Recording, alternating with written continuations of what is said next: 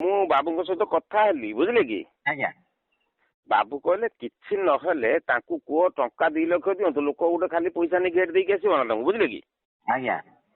ଟଙ୍କା 2 ଖଣ୍ଡ ପେମେଣ୍ଟ କରନ୍ତୁ ଆଉ 8 ବାକି ରହୁ ବୁଝିଲେ କି ଆଜ୍ଞା ହଁ ସେଇଟା ଆପଣ ଇଏ କରିବେ କାଲି ଗୋଟେ ଦିନ ଟାଇମ୍ ନିଅନ୍ତୁ ଆପଣ ପଇସା ଆରେଞ୍ଜ କରନ୍ତୁ କରିକି ମୋତେ କୁହନ୍ତୁ ହେଲା କେତେ ନେବେ 20 ଦେବେ। ହଉ 20 ନେଲେ କାଲି ଦେଖିଲେ ନା ପଠେଇଥିଲି ହଁ ସେଇ ଖାଲି ସେଇ ନୋଟ ଗୁଡାକ ଆଉ ନା କି ସେଇ ଯୋଉ ପୁରୁଣା ଯୋଉ ଚଉଡା ବାଲାଟା ଏବେ ଚାଲୁନି କି ହଁ ହଁ ସେଇଗୁଡାକ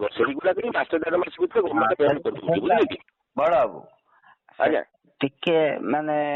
20 ଲକ୍ଷ ଟଙ୍କା ନା ତାକୁ ଟିକେ ସେଲ୍ କରିବାକୁ ଟିକେ ଟାଇମ୍ ଲାଗିବ ବୁଝିପାରିଲେ ଆଜ୍ଞା ଆଜ୍ଞା ଟାଇମ୍ ଲାଗିବ ତାକୁ ସେଲ୍ କରିବାକୁ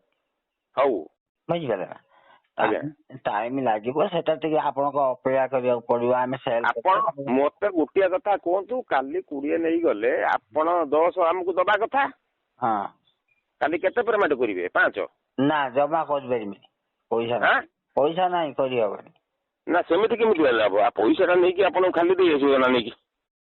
ପଇସା ଆମ ପାଖରେ ସେମିତି ଆଭେଲେବୁଲ ଥିଲା ଶୁଣନ୍ତୁ ସିରିଆ ବାବୁ ମୁଁ ଆପଣ ଜାଣିନାହାନ୍ତି ମୁଁ ପ୍ରିନ୍ସିପାଲ ଲୋକ ମୋ ପଇସା ମୋର ନୁହେଁ ପଇସା ହେଲା ସନାତନ ମହାକୁରୁର ହେଲା କି ଆପଣ ମୋ କଥା ଶୁଣନ୍ତୁ କାଲି ମୁଁ କହିସାରେ ଶୁଣନ୍ତୁ ସିରିଆ ବାବୁ ଆଜ୍ଞା ପଇସା ହେଲା ସନାତନ ମହାକୁରୁର ମୁଁ ଏବେ ବି ମୋର ଅଫିସରେ ବସିଛି ଗାଡି ସବୁ ଲାଇନ ହେଇକି ରହିଛି ଆଇରନରେ ବାହାରିଲାନି ବୁଝିଲେ କି ଆଜ୍ଞା ତେଣୁ ମୁଁ ସେ ଚିଟିଂ ବାଜ ଚୋର ଚୋଠା ଲୋକ ନୁହେଁ ଆପଣ ମତେ ଜାଣିଛନ୍ତି ଭଲସେ ମୁଁ ବଳ ବାବୁ କହୁଛି ହେଲା କି ଆଜ୍ଞା ମୁଁ ସେଇଭଳିଆ ଲୋକ ଆଜ୍ଞା ମତେ ଆଉ ତେଣୁ ମୋ କହିବାର କଥା ହବ ନହବ ନାହିଁ ସେଥିରୁ କିଛି ନାହିଁ ମୁଁ ଶୁଣନ୍ତୁ ଆପଣଙ୍କୁ ଯେ କି ସେଟା ଟାଇମ୍ ଲାଗିବ ମତେ ନା ମୁଁ ବୁଝୁଛି ଶୁଣନ୍ତୁ ଟାଇମ୍ ଲାଗିବ ମୁଁ ବୁଝୁଛି ଆପଣଙ୍କର ଯୋଡାରୁ